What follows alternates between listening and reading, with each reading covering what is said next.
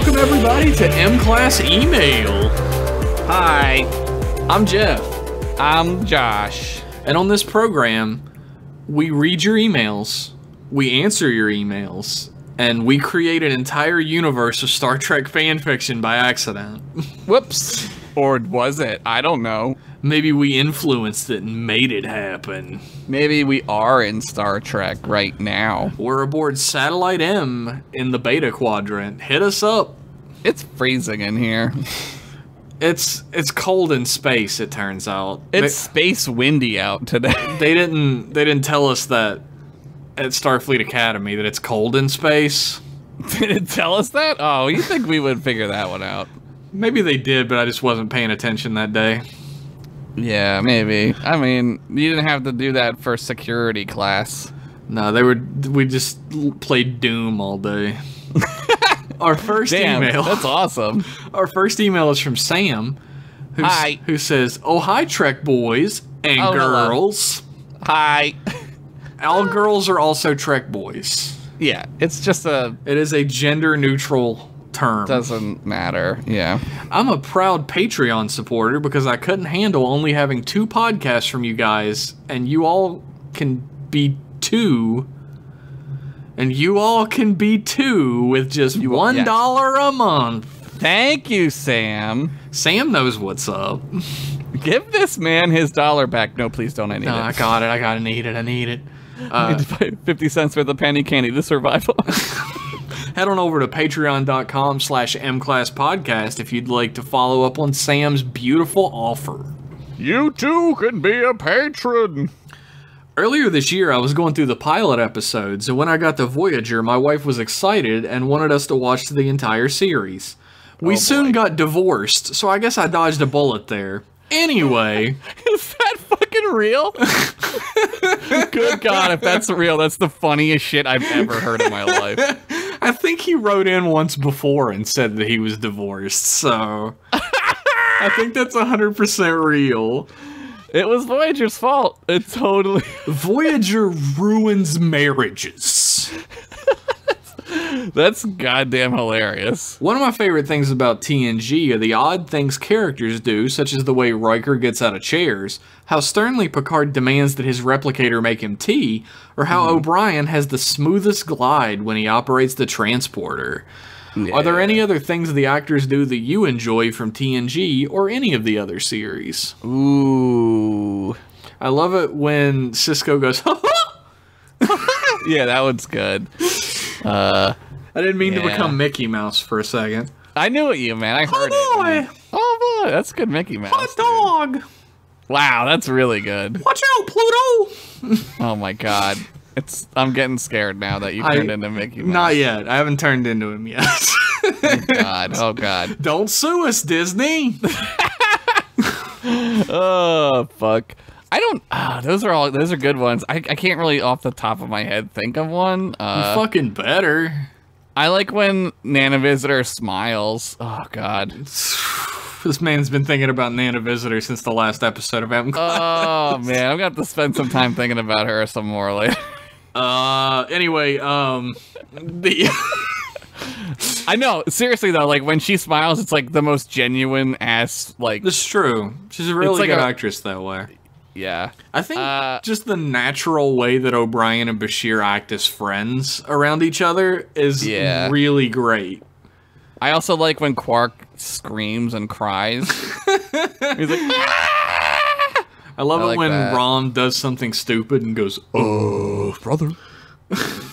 Moogie. Moogie. I love the way he says Moogie. Yeah.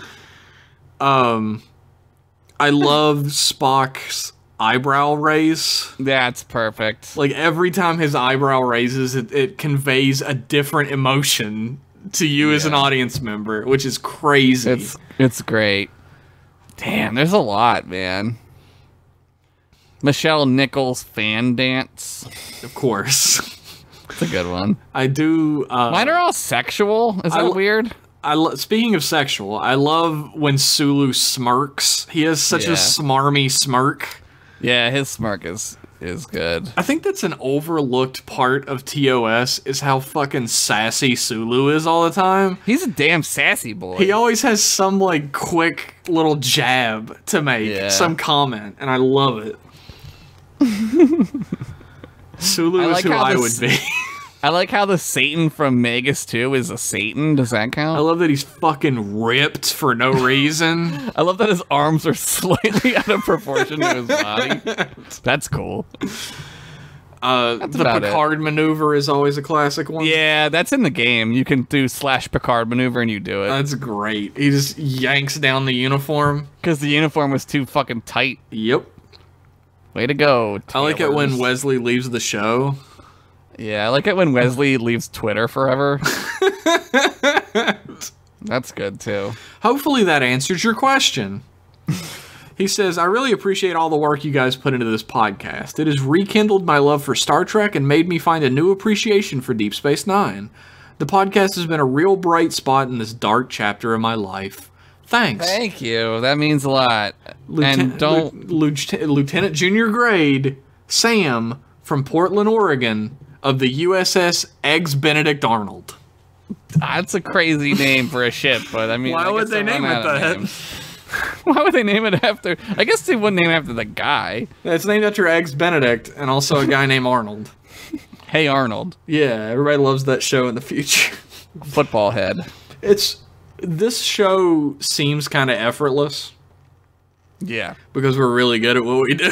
Because we're amazing. Yeah. But, like, a lot of work does go into it. More than you guys probably think. Like... Yeah, I have to, like, massage Jeff's taut muscles every night. Yeah, it's a lot of work. There's a lot of them to go through. I say it's work, but, like, I really enjoy it, so... Well, it's like... I was just thinking about while I was reading that, the fact that, like... We do, like, 3 podcasts... Yeah, they fly, man. I mean, we crank them the fuck out. We do sometimes 3 podcasts. Like, 2 of them are Patreon exclusives. Patreon.com/simclasspodcast, right? Mm-hmm. And one of them, this one, like, we do like all the editing and stuff for this episode. We do 4 podcasts, actually. I'm lying. Yeah. We do all the editing for both these episodes in, like, a weekend, like Josh does. Yeah. And then I make a piece of original art for every single episode of this podcast. Which is much harder than the thing that I do. I would probably agree with that. I would definitely agree. That's why I said it. But, like, that's, like, I don't know any podcast that really does that. Yeah. It's crazy, man. I guess Writer Club Radio does that, but I also do the art for that. Right. Yeah, it's nuts, man. You're welcome, is what I'm saying. You're welcome. Yeah, yeah. Our next email. Thanks for the email, Sam. We appreciate it. Mm-hmm. I wanted to do a quick shout out to M-Class podcast listener Isaiah. Okay. Who wrote in an email, and we had a pretty deep discussion about some heavy issues. And I think we came out as better people because of it. So shout outs to Isaiah. Thank you, Isaiah. He specifically titled the email, Don't Read on Podcasts. So here goes. He started out by thanks, Isaiah. We have a what's it called? What's that thing where you can't talk about the doctor? Non-disclosure? Doctor-patient confidentiality. Oh, okay. Yeah, you're a scientist doctor. You're a wiener doctor, right? Yeah, I'm a wiener doctor. Well, you're a wiener scientist. I know all about the different wieners of the galaxy. How many? Did you know that Klingons have 2 wieners now? What? They didn't used to, but now they do. So. Holy shit! I know, it's like really crazy. It's revolutionary. Popped into existence one day. Here's 2 wieners. Our next email is from Bart Simpson. You do that every single time. I'm hoping that one time it will be Bart Simpson. Hey there, Trek boys. Hi. Hope you're keeping warm up there during the holidays up in space. Thank you. He knows how cold it is. It is very cold in space, it turns out. No one can hear you be warm. That's the tagline. We did get all those blankets from Tapon and heaters. Yeah, man. I can't wait till it's super cold up here in space winter and we get to drink like chai teas. You know, none of those heaters worked. Yeah, also, they probably don't work because on Vulcan you don't need heaters. Yeah. Because it's hot as fuck. They're just fans. Like, yeah, Vulcan heater is a fan? It's crazy. Anyway. To blow more hot air onto you. I got a couple of pitch it or ditch it's, one from me and one from my wife. Okay, excellent. Peyote 1. Geordi is talking to Guinan, explaining the last mission they went on. Lady Guinan! The crew detects a small colony emitting a distress beacon and finds a settlement of aliens in hazmat suits. Okay. They explain that their life support system has failed, and the landing party begins helping with repairs. Geordi begins talking with the female engineer and begins falling for her, as Geordi is wont to do. Classic Geordi. But she keeps explaining to Geordi that they're not compatible. The colony can't be saved, and the aliens hitch a ride to one of their other planets. Geordi modifies life support so they can coexist, only to reveal that the aliens are only 6-inch tall furry creatures. The suits were built to make it easier for them to explore the planet. The episode ends with Guinan leaving him with the rest of the bottle and 10 forward. Geordi. I feel so bad for Geordi. Oh man, that's a great content. I love the like, they're super not compatible. Like Geordi is like, look, I'm in Starfleet. We can make this work. We can make it work. It's love conquers all. Maybe and it could be kind of a heartfelt episode as well if the female engineer has like feelings back for him. Yeah. And they just can't be together because they're so incompatible. Yeah, how would that even work? Geordi's weenus is like way more than 6 inches long. Geordi's dick is way bigger than this creature. I have all the dick specs in my lab. Yeah, that's what most of the information on our computers are. So sometimes they're just drawings of the dicks, but you know, that's like, counts as science. Like I'm trying to watch Family Matters, and this dude is just scrolling through giant fucking JPEGs of dongers right next to me. I mean, I would apologize, but it's my work. Peyote 2. Taking place during the DS9 Klingon War, we see Data captured by the Dahar Masters. Kor takes Data to be executed, but when he raises his gun, Data doesn't move. Since he's not afraid, running in fear, and refuses to fight back, Kor has no clue what to do with him. They take him back to the ship and leave, but space radiation knocks the ship on a collision course to the closest sun. Data saves the day, then goes back into his cell calmly, explaining that he wishes not to die, as he will not go to Stovacor. They begrudgingly give him a shuttle to take to the border, and Kang names him one who needs not honor. Data episode pitch. All pitching for Data episodes. Yeah, that's like an easy way to get us to pitch, right? We both love Data. It would be cool to see Data with the Klingons. I don't think you get a lot of that, if any. Not really. I'd like to see Data with the Vulcans more, honestly. Yeah, that would be great. It would just be like them, just silently loving every second of each other, but like not really because they're like emotionless. Well, it's like when Data talks to Spock, and Data's like, it doesn't make much sense to me that like I want to be human more than anything, I love that. And you have the ability to be, but you refuse. You don't want to be human. Yeah. That's great. Well, I'm going to pitch both of these. You and your wife did a great job. Pitch both. Pitch times 2. Have fun, fellas. Bart, Captain, Escape Capsule Theta 7, which was hurtling towards the sun last time. This dude is on a damn adventure, dude. Like, how are you still sending messages to us? How does he talk to his wife up there? You know, we were hurtling towards the sun like a couple weeks ago. Something happened. We fixed it. Like, I don't know what happened. Like, I feel like I remember dying. Don't you? No. I have no memory of this. Oh, well, I'll take my supplements and I'm sure I'll be fine. Maybe we experienced some kind of time shift. Or maybe I could, if I could examine your dick, I could get to the bottom of this. Stop mystery. grabbing my dick! I'm a doctor. Look, we're fine. It's fine. I'm not grabbing it. Ow! My dick! I'm over here. I'm not even near you. Oh, wow. What's wrong with my dick? Man, maybe you need a doctor. Maybe I need a dick doctor. Well, I guess you got to figure that one out yourself, because, you know. Have you been taking those supplements that Starfleet sent us. What's in them? I don't know. It says forget all on the front of it. Forget all? Yeah, I don't know what that means. Maybe I am taking them and I just forgot. Oh, that's not what they're for, is it? I wouldn't know because I don't even remember them. I forget. Anyway. Maybe if I look at their dicks, I can figure out what they're for. They're pill dicks. Everything's got a dick. Trust me. Our next email is from Josh Pretenderson. That's a crazy name. Who says, "Ahoy, track boys. That sounds like him. This is that guy that loves you guys in your show." Okay. The one guy. Yep. The only one. Good.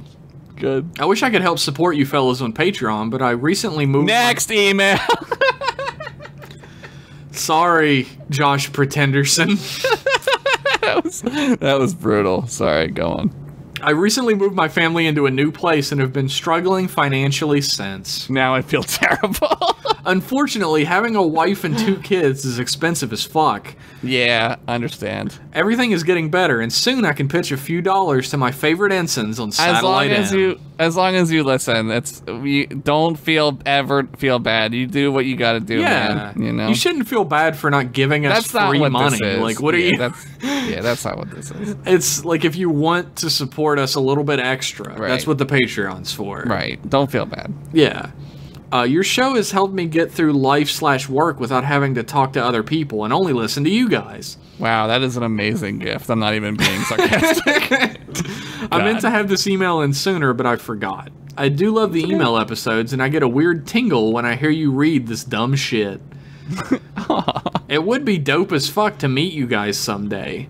Much love from Texas. Have a nice day. Sincerely, Josh Pretenderson. That's the thing that they say there. I've never been to Texas. Have a nice day. Have a nice day. And they say, the stars at night are big and bright, deep in the heart of Texas. I learned that from We both Pee-wee's clapped Big Adventure. on that one, everybody. I'll have to sync up those claps. Good luck with that shit. Thank you, 100% not Josh Pretenderson. I can see your real name at the top of the email. It's but not me. I didn't. I'm not gonna say it. Our next email is from Phantom Thief Goofus. Love that Goofus. Love that Goofus. And he titled the email, "I'm defecting from yo mama." Oh my god. Got us. Those are coming back, right? Got us good. What's my favorite Yo Mama joke, you ask? I'll tell you. Hold on, let me grab some of this forget all real quick. Get ready. You're going to want to hear it and then forget it. I'm ready. Yo Mama is so stupid, she put lipstick on her forehead just to make up her mind. That's pretty good. I'll put the pills down. That's pretty good. That one's alright, right? That one's my favorite one. Goofus writes, "Ahoy, Trek boys. Hello. Happy yearly microcosm of why capitalism sucks day. Or Black Friday or whatever you call it." Damn, he's right. I hate it. I don't know what capitalism is because I'm from the Star Trek future. Yeah, we don't have that shitty, archaic economic system anymore. We have, like, free replicator shit now. Yeah, Dumbo. I can just fucking Black Friday myself some fucking deals out of my computer. Yeah, I fucking replicated up some dope jeans yesterday. Show Yeah. off my ass. He did. He won't stop talking about it. My ass looks great. It does. I'm not going to say it doesn't. Are you ready for some pitches or ditches? I'm ready. You better be, you turkeys. I said I was. Peyote 1. Q tries to steal Christmas by going back in time and terminating baby Jesus. All right, ditch it. This is too fantastical already. But he later finds out that Picard doesn't even celebrate Christmas, and neither does really anyone in the future, so he abandoned the plan and watches reruns of Quantum Leap. Technically, we have canonical proof that Picard does celebrate Christmas. When was that?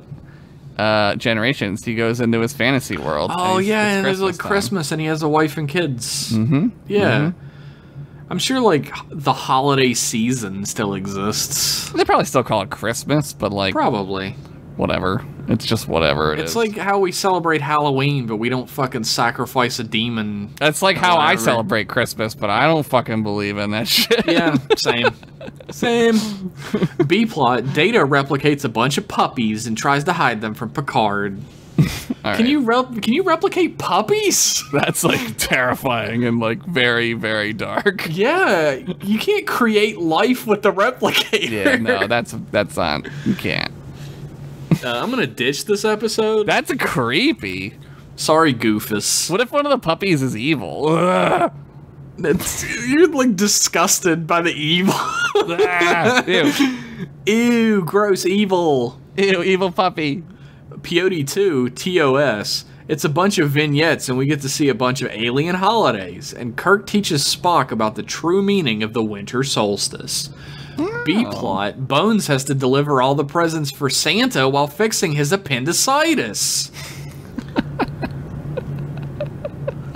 Pitch it. I'll pitch it, especially if Santa is like some weird alien that's pretending to be Vegas Santa. Too. I'm the Wizard of Santas.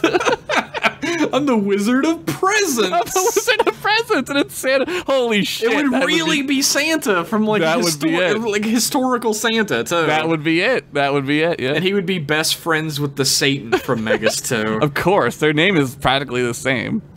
Follow-up question. I'm gonna steal Christmas. This is the calling card, and this is the heist that's gonna put Cool Crimes Inc. on the map, baby. Oh god, Cool Crimes Inc. is back again. Signed, Phantom Holiday Thief Goofus, founder and CEO of Cool Crimes Incorporated. I love Cool Crimes Incorporated. Do you guys sell shirts? I would definitely buy a Cool Crimes Inc. shirt and a Love That Goofus shirt. The way I see the Cool Crimes font is it's like a neon sign. And it's like kind of curvy. It's like at a 45-degree angle, you know what I mean? Oh, for fuck. Yeah, and it has like a circle of neon around it. Yeah, for no reason. Okay, so our next email is from Spivsy. This fucking guy again. It's titled, I've been having a hell of a time. He writes, you Trek boys channeling my dad. He writes, you Trek boys would not believe the week I've had. I believe it. As you know, we've been having a bit of trouble in the USS Tapon's radio show. Hoteen tried to take over Tapon's time slot, which was a bit of a dick move. Yeah. They started having an argument on the bridge when Hoteen tried to pants Tapon, but he missed and accidentally hit the thrusters. They're in the same place. The ship started going warp 5, and unfortunately for me, I was hanging off the side of the ship cleaning the windows. Oh man, you're fucking dead, dude. I let go for a second to pick up my wash rag, look back, and the goddamn ship disappeared. Man, that would like wreck your whole day, man. I floated there for about 3 days when this Klingon ship uncloaks and picks me up. I'm thinking, great, I can have something to eat. But the Klingons start throwing my bucket around and saying, catch it, catch it. So I start crying. And the Klingons start calling me a bucket pussy and all this shit. Fucking bucket pussy. So I cry some more, and they all start getting really embarrassed by me and throw me out the airlock. Good thing they didn't murder you for all that crying. Anyway, I'm hurtling at a really high speed towards what looks like Dagobah now. I'm probably gonna die unless there's a really big trampoline or something on the surface of this planet. You know how lucky you are to go near a planet after that? You know how big space is, dude? It would take you, like, infinity amount of time to get to a planet. If you were lucky enough to get, like, towards a planet, then there's definitely enough chance of luck that there's a trampoline on the surface. You're fine. Yeah. Trampoline. He finishes, wish me luck, freelance window washer Spivsy, formerly of the USS Tapon's radio program. Pitch it. Fuck, you bucket pussy. You bucket, that's gonna be a thing. You bucket pussy. Quit being such a bucket pussy about this. You're being a real double dumbass right now with this double bucket pussy on you. Double bucket pussy on you. Thanks for that email, Spivsy, and good luck. Yeah, you're gonna die. Our next email is from Name Withheld Upon Request. Okay, this person. The title is Boy. They write, "Greetings again, Trek Boys! This is Lieutenant Commander Jonas Engman, now of the USS Estonia, named after another ship that's famous in Swedish history. The USS... Estonia? Yeah. It's a country now. It's been a country for like hundreds and hundreds of years, Josh. No, We're it's in been the a future. country. No, it's been a country only since after World War I. Learn your history. We're in the future! The USS Vasa unfortunately space sank shortly after being launched. Luckily, the space over Sweden is so cold, it was well preserved and is now displayed in a museum. Thank God. I'm sure this new ship will have a long and prosperous career free from ironic parallels to historic predecessors. Just like the Titanic, too. Hypothetical. I'm going to keep trudging on the sci-fi continuum track I embarked on in my last email and proceed to wed two concepts from M-Class Emails episode 26.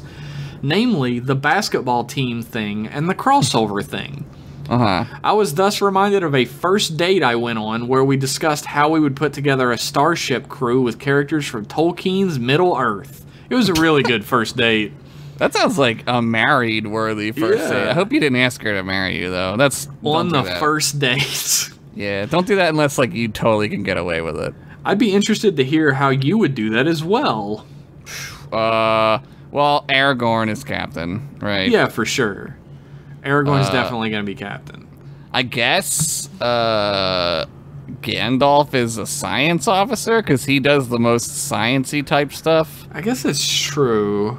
I guess the hobbits are all going to be red shirts, right? They're all going to be like the little security guys. Yeah, they're like the guy from the new movies, that little guy that they have. Chekhov? Oh no, the little like alien dudes. Scotty's like whatever the fuck. His butt buddy. His Muppet bunny? His Muppet. Well, like, I guess... Like, Gimli can't reach the pedals, so... I guess Legolas could be the pilot, since he piloted all those monsters he surfed around on. Well, he can surf on some waves and stuff, like some ion waves. Sure. Yeah. I guess the problem comes in that none of them are going to know how to use any of this technology. Yeah, I guess not. They need, like, some training, I would think. Who else is in that movie? You got Boromir. He could be, Boromir's a red He shirt. could actually fucking die on the first mission. Boromir, you I guess idiot. it's like your starship crew is just the Fellowship, right? I guess so, but, like, you could also have Arwen and stuff. Right? Sure. And Eowyn, she could be there. Eowyn could be the doctor. Eowyn would be she'd be a good doctor, but she'd also be a good, like, head of security. You think? Oh, well, she's tough, yeah. Yeah, she's tough as fuck. Yeah, no man can kill that thing. Like, thing. Arwen would be more like the chief medical officer. Yeah, because she does that chant, and she saves Frodo's arm. Yeah. So yeah, that makes sense. There you go. Solved it. Here's a peyote for you. Okay. TNG. The Enterprise is assailed by a Borg ship for some contrived reason. Sure. The ship escapes with minimal damage to the ship and crew, but one crewman is assimilated in the battle and taken to the Borg ship.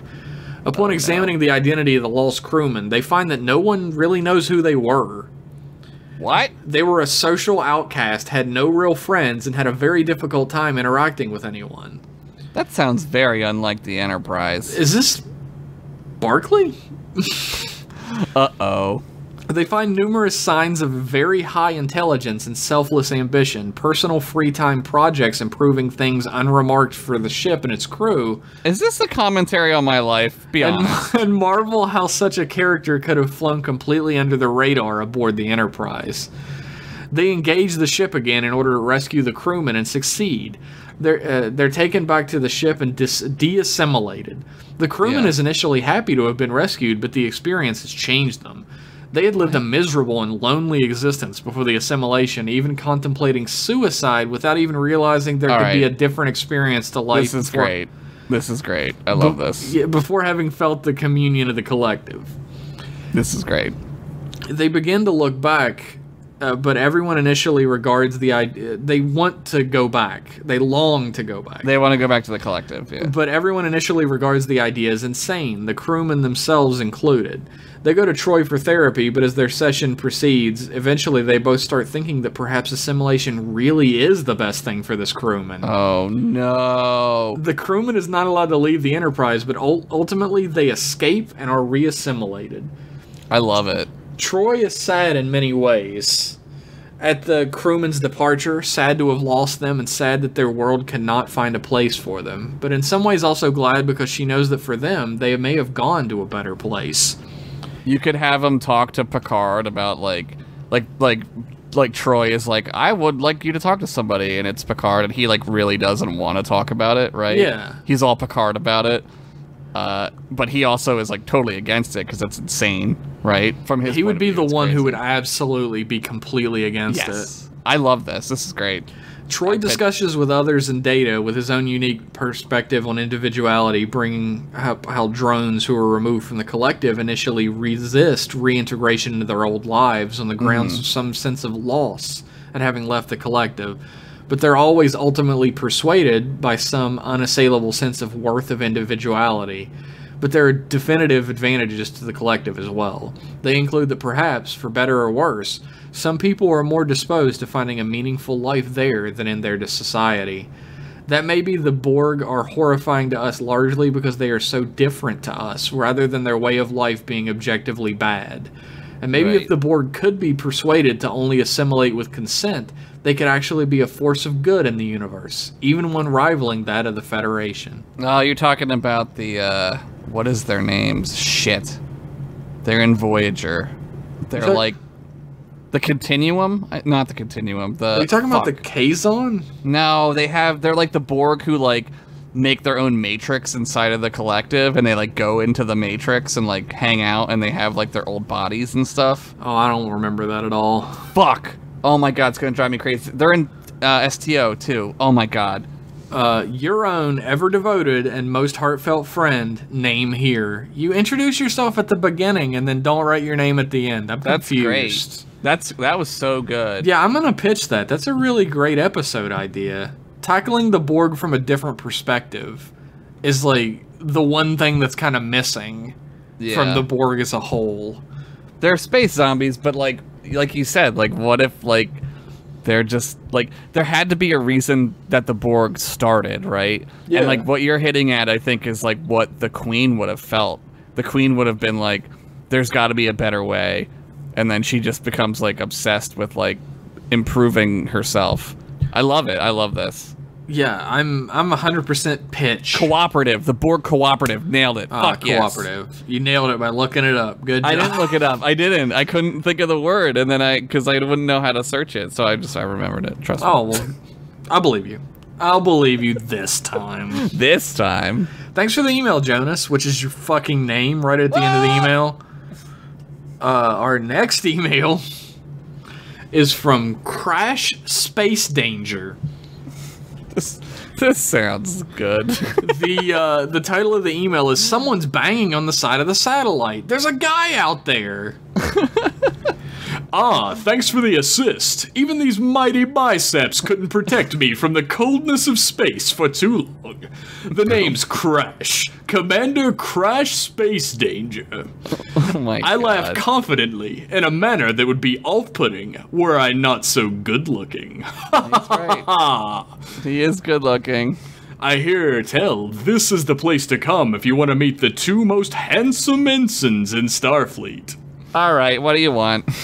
This guy is so charming, and he's got so many muscles. I see through his glinting muscles and probably hot-ass dick that he has under his clothes. I put my foot on the control panel and lean on my knee in an approachable yet authoritative manner. You just said that out loud. Is he narrating the script of his life? So here's the deal, fellas. I was just getting back from donating a third of my blood to Bajoran war orphans. Nothing you folks wouldn't have done. When I find myself getting a tad lightheaded.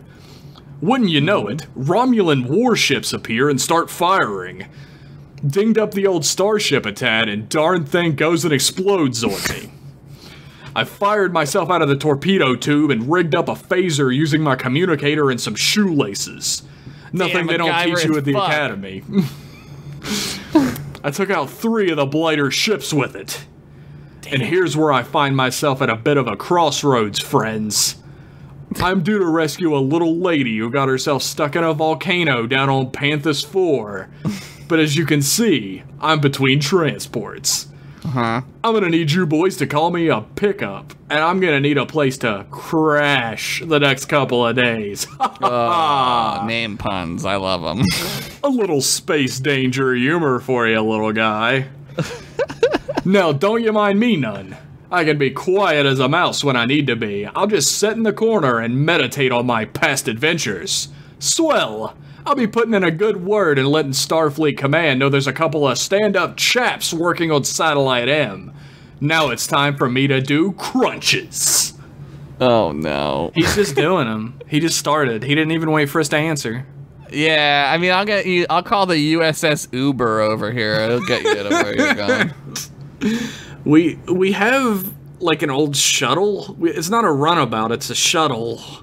Yeah, that's probably fine. I mean, we can put the pull-up bar in there or whatever. He's still just doing the crunches. He's not even listening. Oh, God. How did he do all that crazy stuff? That's insane.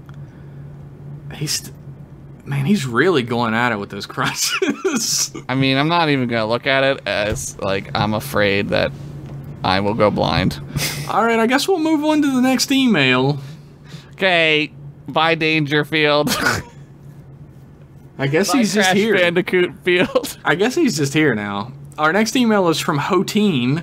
Oh, no. Who says 2 in a row? Who says, "Greeting, Trek boys. This is Hoteen. I know we haven't been formally introduced, but it appears one of my overly enthusiastic fans hijacked my boss's communicator and sent you guys a message." Maybe I should do this one in a voice, too. What do you think? I don't remember Hoteen's voice. I was just thinking. I was like, what was Hoteen's voice? "Greetings, Trek boys. Oh, he's so evil. Ugh. This is Hoteen. I know we haven't been formally introduced, but it appears one of my overly enthusiastic fans hijacked my boss's communicator and sent you guys a message. Damn you. Please accept my most sincere apologies about that. It sounds so sarcastic in that voice, Hoteen. One cannot hope to control their most zealous fans. One day I'm sure you'll learn that. Yes, thank you for the passive-aggressive compliment. Congratulations are in order, however. It appears that your little broadcast has made quite an impression in the Romulan Empire. Oh, Why, sweet. I'd say yours truly has a wider Romulan audience. Do be careful what you say. One can never be too cautious these days. This is all threats. This is just all threats. I don't like this email anymore now that I'm doing the voice for it. I don't like saltines at all. Oh, and what a shame about Captain Riker. I don't know what possessed him to enter the neutral zone. Damn you. I've heard rumors that he may have defected, in which case I'm sure he's being treated with the utmost hospitality. In any case, Fuck you, Hoteen. I know he's a big fan of your modest broadcast, so I'm sure he'd be very happy to hear. I love you, Captain Riker. I'm sure he'd be very happy to hear the following message. Oh, no. No, we're not gonna do the no. Fool me twice, shame on you. Now, next thing it's gonna be like fucking Captain Data's gonna be in. Oh my god.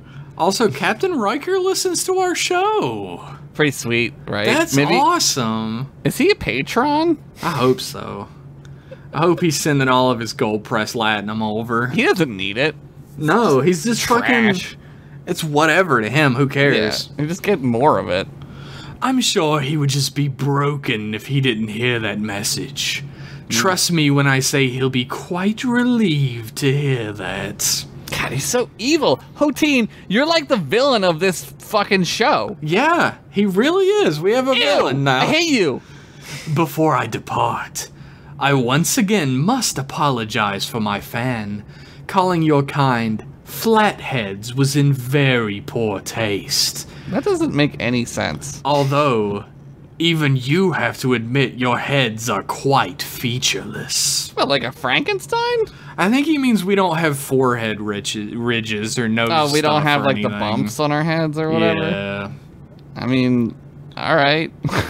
Oh, yes. And of course, your quaint little tradition. Let me offer you a little peyote. Oh, cool. He's doing a peyote. Pitch it or ditch it.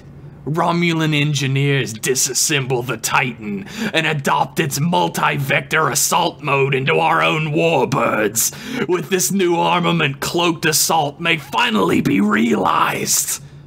Damn, dude. Good thing this is a fantasy and it's a ditch it for me. Yeah, I'm gonna go ahead and ditch that. Federation patriot, sir. So, maybe if you would kindly, fuck yourself. Until next time, Hoteen, leader of the Tog Park morning radio show, aboard the USS Tipon's radio program. Who is letting this guy just broadcast this crazy shit? I didn't say the message out loud, so I'm real happy about it this time. Thank God. I don't need double court-martialed. They cancel each other out if you get two of them, though. It's like double jeopardy. It can't happen. I haven't been court-martialed yet, guys. I'm fine. I've never been court-martialed. You got court-martialed to end up here. I took this forget pills, so I don't know. Man, I swear I remember falling into that sun and dying. Hey, man, I don't know. It's a new episode. Whatever. Anyway, next email. Our next email is from Joe, Hi, who Joe. says, Dear Trek Boys, Hi. Lieutenant Junior Grade Joe here, taking a break from doing some calibrations aboard the USS Thermopylae to write an email to you fine fellows. Thank you for taking time out of your busy work schedule. He put calibrations in quotes. Does that mean, like, is that a euphemism? Are you for, like, cranking it? a dick? I'm a dick scientist. I know all the euphemisms for jerking off. Is calibrations one of them? Yeah. I mean, it can be. Anything can be. Yeah, exactly. It's crazy. I was recently catching up on some of your patron-exclusive podcasts, and how wonderful it is to be a patron of you two indeed. Oh my God, I love this email. Thank you so much. I was very interested in the nostalgia episode of Jeff and Josh Shoot the Shit. I thought about nostalgia, and I'm putting my nerd visor on here. He capitalized visor like Jordy's visor. Is that also a euphemism for jerking off? It does make you go blind.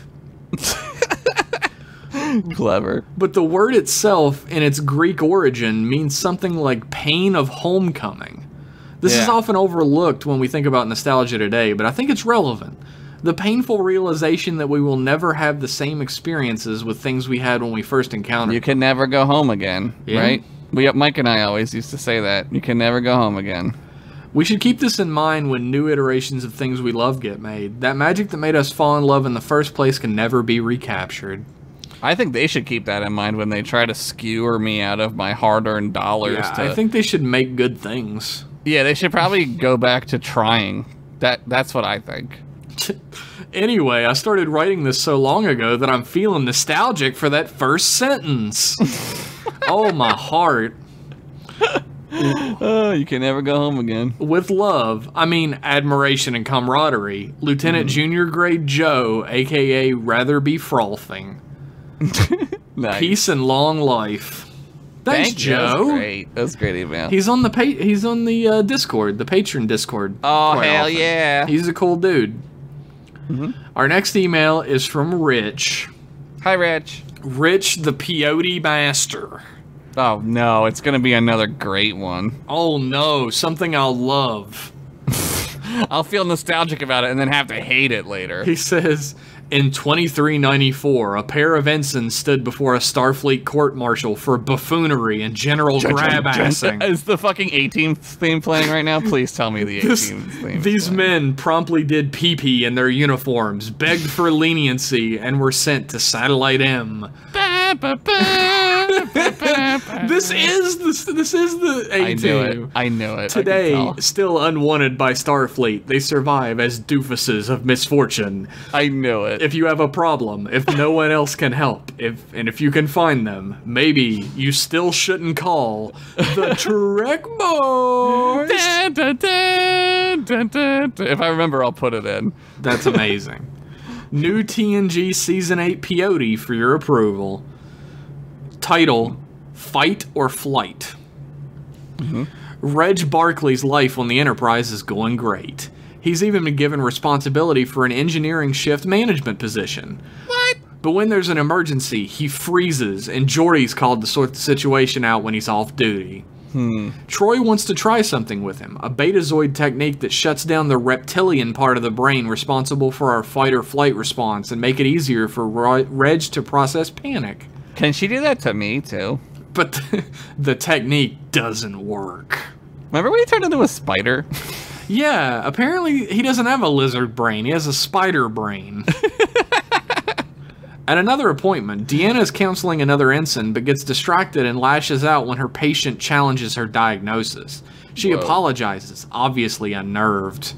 Uh-oh, it's backfired. On the bridge, the same ensign responds to Riker's command to change course by breaking down in tears.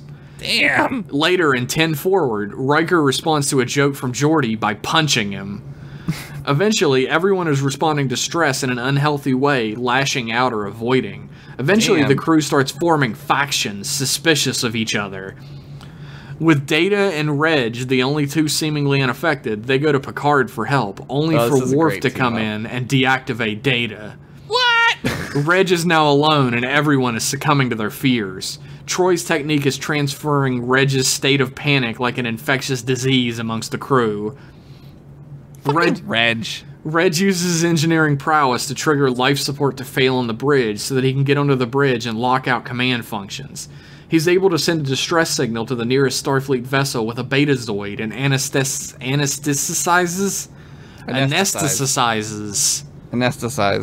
the rest of the crew just as they break into the bridge. Jesus fuck. When the crew are purged of Barclay's fear, Picard calls him into his ready room. Reg fears he's going to be dismissed, but Picard confides that he respects Reg because joining Starfleet with all of his phobias makes him one of the bravest people Picard has ever met. Oh my god, he's the best captain. Super pitch. This sounds like a fucking fun, tense-ass episode. Rich, you're killing me with all these episodes that I'll never get to see. Peace out, Trekkie Bees. Rich. God damn it, Rich. Plain and simple Taylor aboard the USS Tapon's radio show. Don't listen to that other guy, Saltines. He's a dick. Yeah. How do you stay on a ship with that asshole? I hate him. You might not be able to see the full episodes of these, but Rich has contracted me to do some like M-class style episode art. Oh my god. For his Pitch It or Ditch It's. And I'm really fucking excited to start doing awesome. Because I love Rich's stories so much. Dude, oh man. Honestly, like, Rich mentioned that he's writing a novel, and I'm really excited to read that. I would buy the fuck out of that novel. Yeah. Because he is a great fucking writer. Yeah, man. Oh, well, thank you for that email, Rich. So much. Can you guess who our next email is from? Oh, no. Is it Tapon? It is Tapon. God damn it! It's a lengthy one too. He wrote us a little shocker! novel. What a fucking shock! Wow, you hate Tapon. Look, I'm just a little bit more McCoy to Tapon's Spock here. You are gonna be a racist against Tapon, aren't you? Yeah, but it's a funny racism. So it's okay. It's not really racist. I love him. I just can't tell him that because he's a green-blooded hobgoblin. But anyway, he starts his email with Ensign Pennington, Ensign Henderson. Oh, what a change of pace for Tapon to start his email. Trek Boys. As has become customary in our correspondence, I must begin my message with an apology.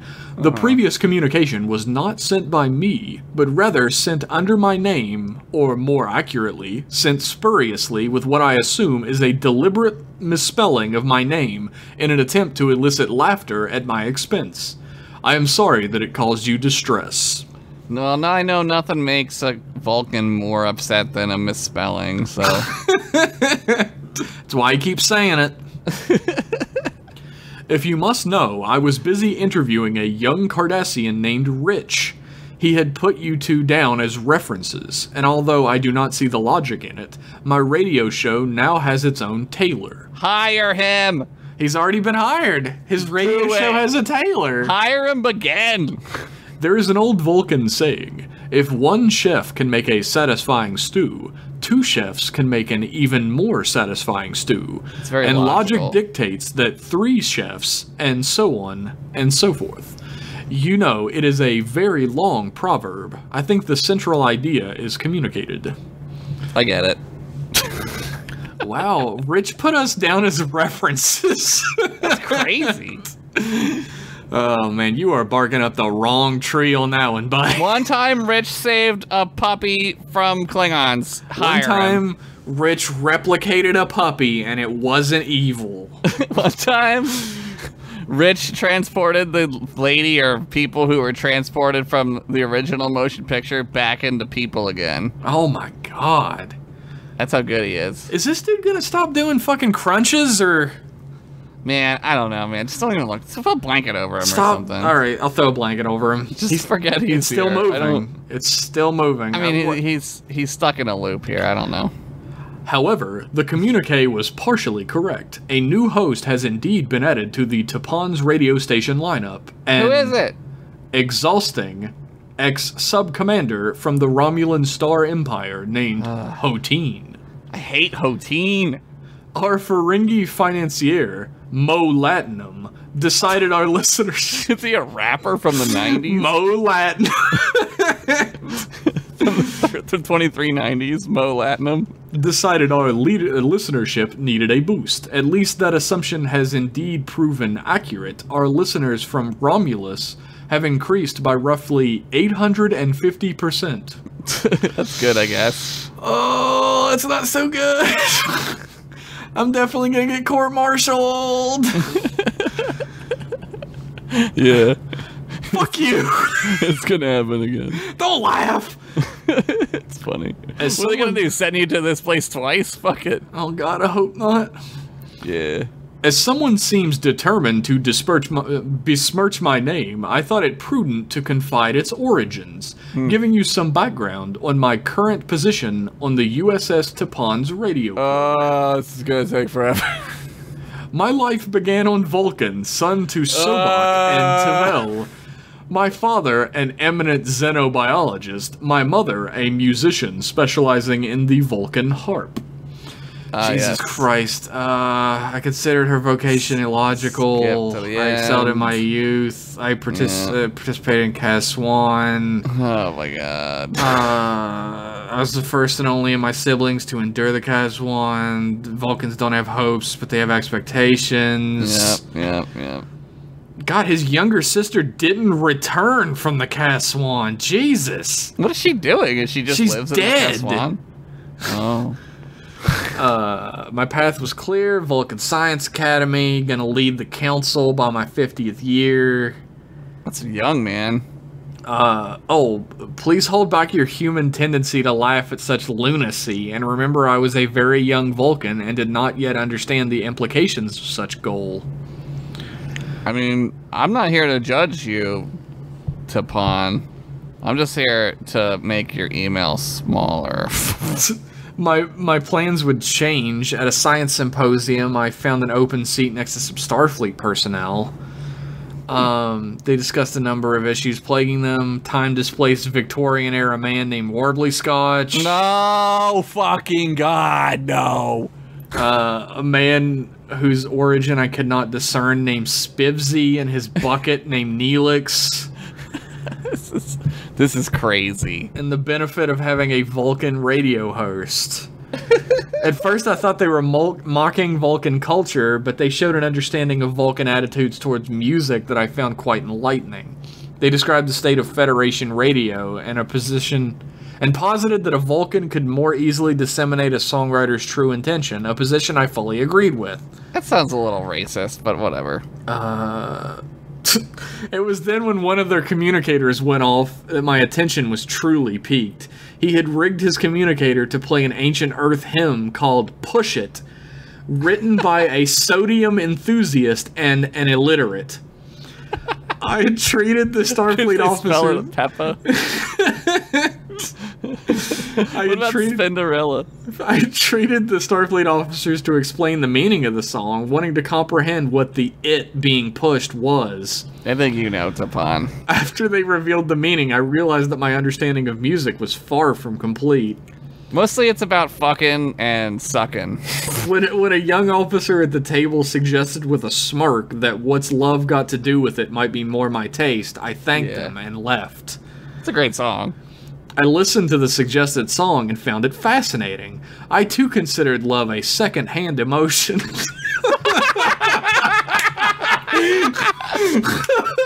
Holy shit! That's fucking genius.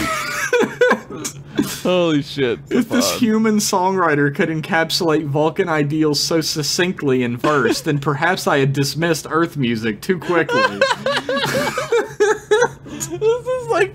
This is like the most genius rambling I've ever heard. I immediately returned to Vulcan, resigned my commission at the Science Academy, much to my father's confusion, and informed my mother that I regretted my dismissal of her vocation. As I stood in the spaceport, waiting for a shuttle to take me to Oniaka 3 for a DJ job I had booked earlier, I decided that I was to begin a new life and thus I should take upon a new name.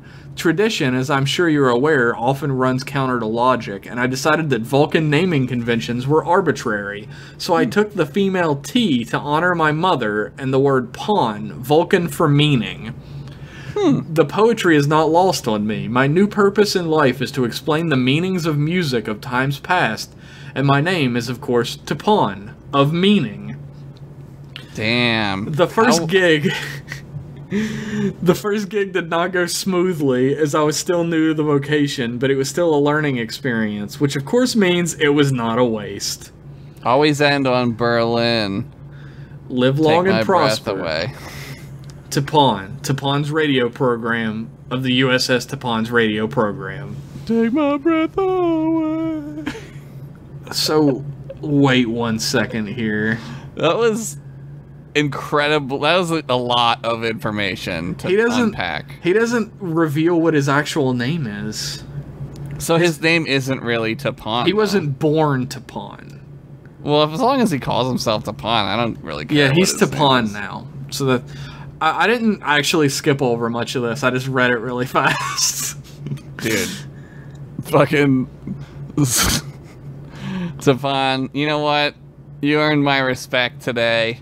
I too considered love a second-hand emotion. It's genius. That's genius. That is absolutely genius. Thank you, great. Tapan. You have enlightened us. I feel closer to you in a very human, emotional way. I hope you get to push it real good every 7 years, Tapan. Our next email is from Scoops McGee. Scoops McGee here. And it's titled, Breaking Federation News. God damn, he's a news guy.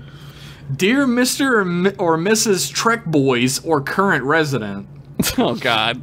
We at Federation Inquirer have been working tirelessly to bring you the hottest news this side of the Bajoran wormhole. We don't need to subscribe, it's free. Wait a second. We at the Federation Inquirer have been working tirelessly to bring you the hottest news this side of the Bajoran wormhole. As the United Federation of Planet's #1 most popular news source, we aim to have the highest quality, factual scoops from the fine members of our very own Federation.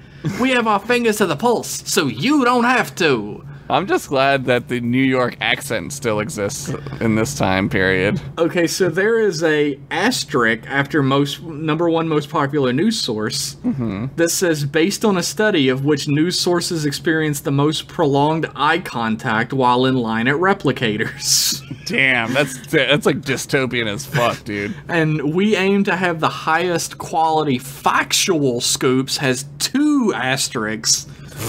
Which at the bottom says the Federation Inquirer is not responsible for any inaccuracies accidentally or intentionally included in its publications. What kind of news publication is this? You may be wondering why we're contacting you, and the reason is simple. While your neighbors in satellite H through L have subscriptions to our fine publication, we have noticed that you do not. How much is it? This is clearly a misunderstanding. Since we're certain your application for a subscription is in subspace, we've sent you our latest edition, gratis, to tide you over until all the paperwork is settled. Gratis means free. Happy reading! Scoops McGee, lead reporter, USS Federation Inquirer.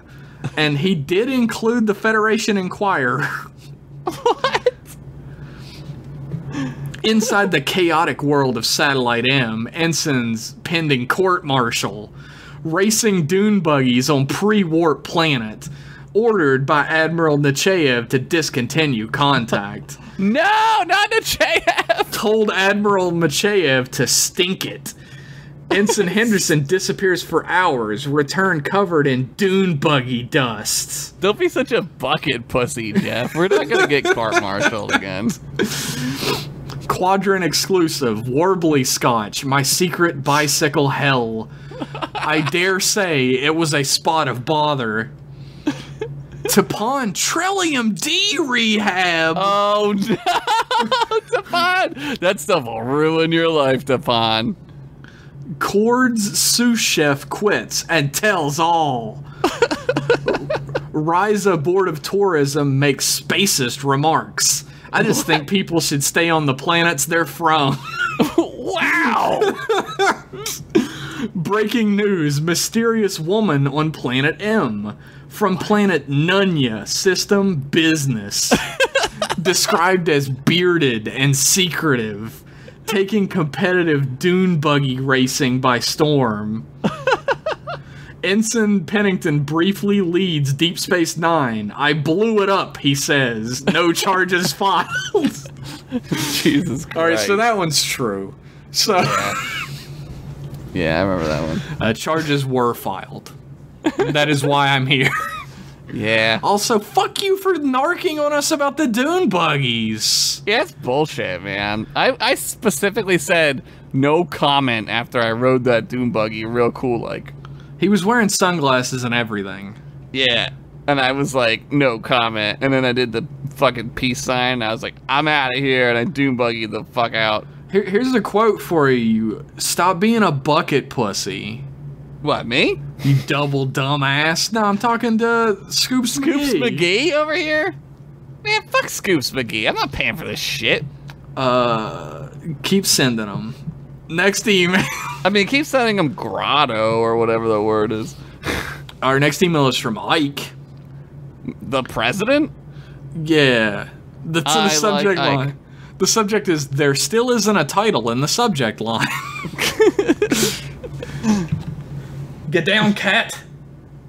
They're everywhere on this fucking thing. How did they get here? Somebody replicated them, I don't know. Yes, somebody did, Josh. Wasn't me, it was that other guy now who's here, I guess. Still crunching. Hey, Jeff, Josh, I think it's time for a real hard-hitting question. Oh, boy. Would you rather fight a TNG shuttlecraft-sized duck or 100 duck-sized Klingons? This is like a Reddit thing. So which is it? TNG shuttlecraft-sized duck or 100 duck-sized Klingons? I mean, ducks are pretty nasty, so I don't want to fight a big duck. Can I ride the big duck? Can I get inside of the big duck and fly it around? That sounds gross. It would be gross. I would do the Klingon one. 100 duck-sized Klingons. I mean, they would tear you up. Yeah, but like you could get a few of them. That big duck is gonna fuck your duck. I think it's gonna fuck your duck for sure. Gonna duck your day up.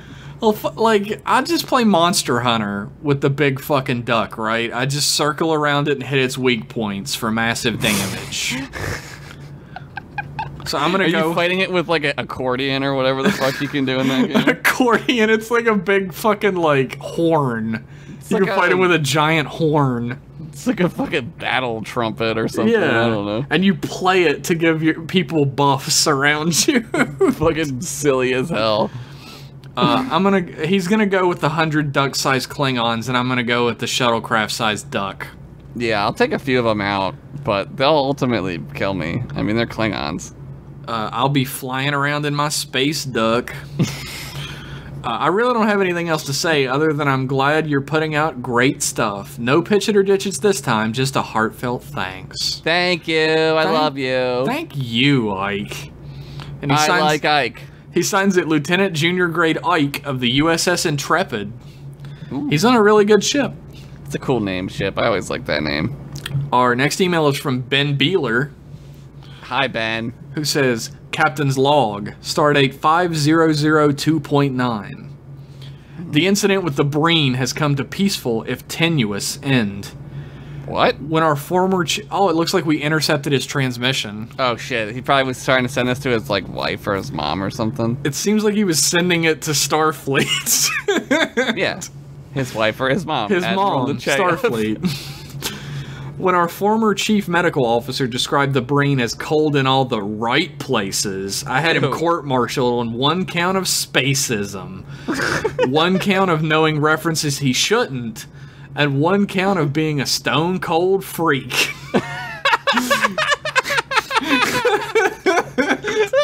Oh, God, that's good. Reflecting on this now, I see the wisdom in his words. Did he know this fateful phrase would be the key to a diplomatic solution to their forays in Federation space? He might have. 5.72 minutes of silence pass as the captain stares out the window of his ready room. We are to receive our new chief medical officer at Deep Space Nine while we undergo repairs. In the meantime, Captain Thet is assisting us with medical duties aboard ship. While his experience as a medical officer aboard the USS Kumari has been invaluable in his current role, I've found that Andorian bedside manner leaves much to be desired. Great ship name.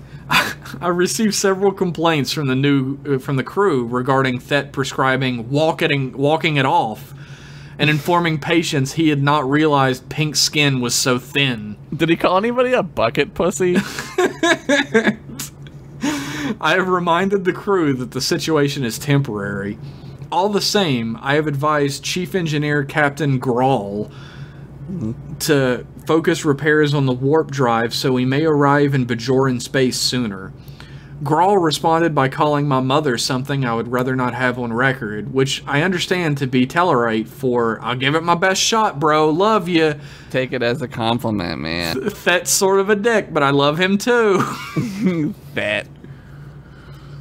I love you, Stat. Is CPT captain, or is it something else? Captain. His chief engineer is a captain. I would think it would be captain. I don't know.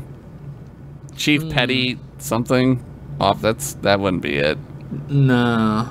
He's got a lot. Oh, yeah, he mentioned that everybody on his ship is a captain before. How did that happen? I don't know. That's crazy. Who's in charge? To raise spirits in the interim, I've released the security controls on the replicators so now they can all make real cheesecake. Ain't no doctor to tell me I can't. Yo, cheesecake is fucking incredible. It really is. We released the security controls on all the replicators on Satellite M as soon as we fucking got here. I've just been like sticking it down my pants even when I'm not hungry just so I could be near it. Starting to stink a little bit, I'm not gonna lie to you. That might not be the cheesecake, who knows? I stick a lot of things down there. He signed it Captain Ben Desrath Beeler of the USS Lollipop A. What happened to the regular lollipop? They blew it up! Damn it! Damn you, Klingons! Damn you, Klingons! So thanks for that email, Ben. I pronounced your last name Beeler correctly. You nailed it, dude. I did it this time. I didn't pronounce it 6 different ways. Have some cheesecake as a reward. Do you want some pants cheesecake or a fresh batch? Oh, please, a fresh batch for once. Please. Okay, alright. I mean, I've been, like, marinating it, so... So, our next email is titled General Awareness Signal number 5457781. This sounds like another, Saltines trick. If you are receiving this, you are entering a restricted zone, agreed upon by the United Federation. Further entry into this exclusion zone may... I mean, we're not moving that fast. We're all moving because we're in the universe, but, like, how are we entering... What? Hello? Is this getting through? Where did this come from? Trek boys, it's been a while since my last communique with you all. What? Things have gotten weird on this end of space. I kind of had to bug out for a bit. Where are you? Can't say much, but it definitely did not involve running items for the Ferengi. Definitely not that. Is he winking? I can't really tell from the voice. It's just an audio signal, so I don't know. It sounds like he's winking, though, doesn't it? It does. I hear the wet I can winking hear sound. the eyelids closing. So anyway, after listening to the last M-Class episode, The Defector, I too remember lots about the episode from Syndication Station, featuring fan favorites Josh and Mike. Anyway, I really enjoy the bits of parallel between this specific episode, the Neutral Zone stuff, and the TOS episode introducing the Romulans in the first place. Having them each crossing the zone, causing either a deliberate or unintended issue. Shoot. Looks like I'm Luke. Signal. I'll send more when I'm less. Not a space smuggler. Pilot Sean Young of the CS Lavanda. Repeat. If you are receiving this, you are entering a restricted zone agreed upon by the United Federation. Bye, Sean. Well, that was wild. I hope you don't get caught or whatever. Good luck with your smuggling. What does he smuggle? Can he smuggle us some stuff? Because, like, I don't know. We need some more dune buggy tires for our dune buggies that they like. Shh, we're not dune buggying. We've never used dune buggies. I mean, our new inner tubes for the pool. They need to be dune buggy inner tubes. Yeah, that's the best way to float. Our next email is from Drac, son of battle. Damn, dude. Subject, okay, incoming battle mail. Brace for impact. I love battle mail. Incoming subspace transmission. Vessel ID, Federation Daedalus class, decommissioned. Warning, serial number unknown, likely stolen. Registered owner unknown, likely outlaw. Proceed with caution. Warning. Okay. Stand and deliver, Federation dogs! What a great movie. I am Captain Drac, and you are under Drac attack! And by attack, I mean I just wanted to write into your show, tell you what a great job you're doing, and ask some questions. Battle questions. We are honored to answer your questions, Captain Drac. You bring us honor. Kapla. Let us begin. Okay. Red alert! All hands to battle stations! What? Is this the part of the questions, or is this happening on his ship right now? All hands to battle question stations. How many battles have you two engaged in? Do you have impressive scars? There was the battle of getting more cheesecake, which happened earlier today, but I won because I got more. There was right the battle. down his pants. What? Nothing. What'd you say? You wouldn't listen anyway. There was the battle of telling Jeff to shut up, which is commencing right now. Jeff, shut up. Why don't you shut up? Fired back, bitch. You're a very honorable opponent, Jeff. There was the battle of trying to get away from those dune buggy dudes when we were dune buggying on the planet. Those guys are assholes. Why do they have machine guns? That doesn't even make any sense. I don't know, man. Somebody gave them machine guns in the script. It's like Mad Max down on that planet. They should know like, about that shit. It's like crazy Mad Max, because those dudes, like, are weird. Yeah, it's like Mad Max if they were fucking Tusken Raiders. That's exactly what it is. Shit. I don't have any impressive scars. I do have a little tiny scar on my forehead where I fell and a stick went in my forehead when I was a little kid. Wow, that's crazy. Yeah, it's just a little one. I had glasses and messy brown hair when I was younger and a little scar on my forehead. I bit through my cheek one time, but the scar's on the inside of my face. You poor baby. Yeah. What are your favorite weapons to do battle with? Why is the answer Batleth? Batliths are awesome. Can I have a batlith, do you think? Can you bring one to us? You could replicate a batlith, but I'm pretty sure that you would cut something important and we would die. I mean, I'm really busy replicating cheesecake now. It's sort of my thing, so I guess he's later. Artisanally replicating cheesecakes now. I just set them up and look at them. I'm not even hungry for cheesecake anymore, but I can't stop. It's really a problem. We've eaten so much cheesecake that neither of us even wants it anymore. But there's like 100 cheesecakes over every surface. It's a good thing that this doesn't cause like ill effects because it's like made out of magic food protein or something. It stinks so bad. Sorry. Have you ever accidentally read aloud encoded Romulan communique? Hey! Oh, hey, we don't talk about that here. Don't bring that up. Yeah, man, come on, be cool, man. Where was the site of your greatest battle? Oh, I'd like to think that is still to come. I'd say on the battlefield of hearts and minds, which I've won. Does Battlefield Earth count as a thing? Because I watched that once. That was a battle to sit through. I'll tell you that much. That's my greatest scar also. The scar on my psyche. He asks if we've ever battled and lost next. So, there it is. We tried to watch that horrible fucking movie. I think we won, but ultimately war makes us all lose, so. It's true. I lost the battle for my first court-martial. Probably my second, too, honestly. We'll see. Well, you're going up against Bitchev. I mean, Jesus. She's like the principal of high school Starfleet, dude. Fuck her.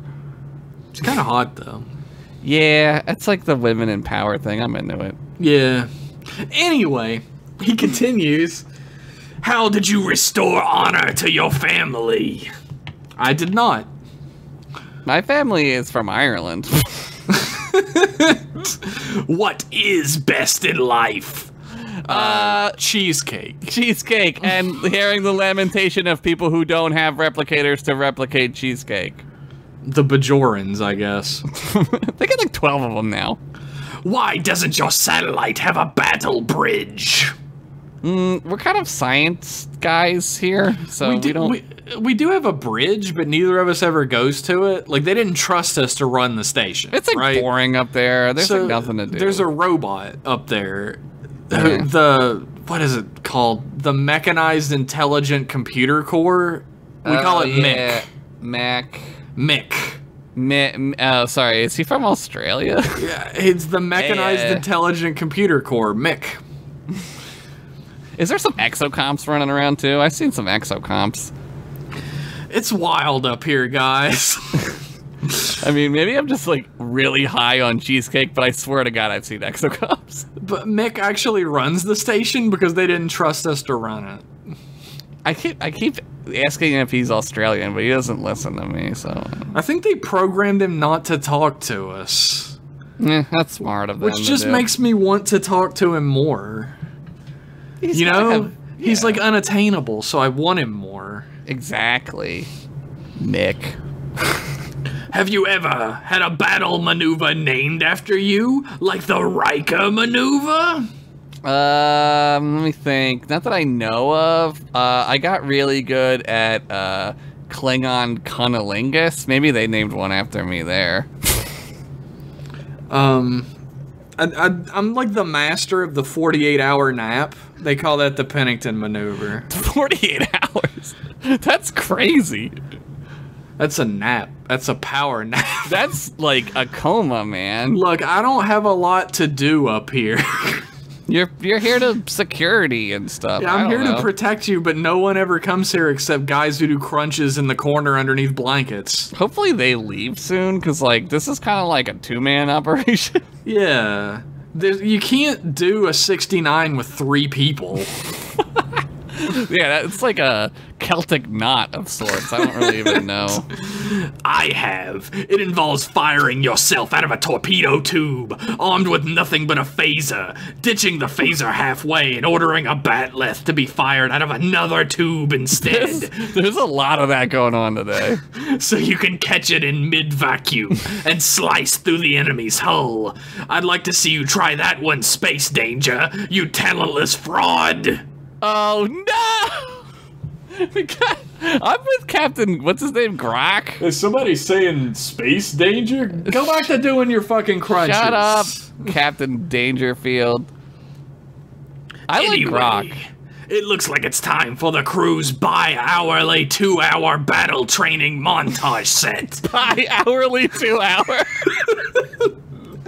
So I'll bid you good hunting and see you on the battle bridge. Yellow alert! All hands to camel toe accentuating aerobic uniforms. Time to tone those battle glutes, crew. Please send a video. I would like to train like you do. Audio fades out as Love is a Battlefield starts playing. Transmission ends. I fucking love Grok. Is that his name, Grok? His name is Drac. Sorry. Drac, son of battle. Son of battle. I love you. Not to repeat the same exact mistake I repeated before. Yeah. But there are some words that are highlighted and bolded in this. So I'm going to go ahead and read them. It says, "Where is Riker?" Oh, no. Don't know what that means. That'll sort itself out. I'm sure that'll be perfectly fine. Next email. That's actually the end of the emails today. We made it. We had a lot of them today. We met a lot of colorful characters. Yo, I'd like to say that these emails are incredible. I fucking love them all so much. I mean, all right. This is the show now. This is the whole show now. This is the crazy thing is, like, all I can wonder is, like, what do non-patrons think of the show now? I don't know, man. They're like, fuck, there's like a storyline now? What's happening? I mean, this is the world we live in. Oh! We can only respond to the emails we get, guys. So if you want less storyline and more real emails, you can shoot us one at mclassemail@gmail.com, all singular. If you want to create your own original character and have us give them a silly voice, do that too. I did like 30 voices this episode. You did really great. That was amazing. Thank you. You did a great job. I like how you Drax's pulled away. voice hurts my throat. I know, Drax is tough. I like how you, for Captain Rodney Dangerfield or whatever, you pulled away. That was good. That was smart. I'm a great actor. That's like next level radio acting. I'm serious. Seriously, thanks all you guys for writing in, because like I don't care that this podcast has gone off the rails and it's become something completely different, because I love it so much. Never was on the rails to begin with. It's at this point, like, M-Class email has just taken on a life of its own that was never intended. Yeah. And I love it. It's great. Thank you so much for the emails. You can follow us over at M-Class Podcast on Twitter. I think I'm gonna start tweeting a little bit in-universe stuff. Hell yeah. I think that'll be fun.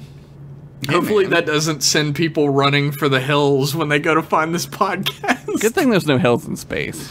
There are hills on the Dune Buggy planet. That's what makes it such a great Dune Buggy planet. You can't Not that Dune we Buggy have without ever hills. Dune Buggied ever. No, as I was about to say, if we were to do that. Which we didn't. We would never. Nope. Anyway, everything seems to be going great up here on Satellite M today. We definitely didn't die in a horrible sun-related accident. Nope. Something saved us, maybe. I don't know. I don't remember what saved us, but we're both alive, so maybe I guess we'll get the answers to that next time. I guess we might find out next time. I'm sure we will. On M-Class Email. Thanks for tuning in, everybody. Bye. Bye.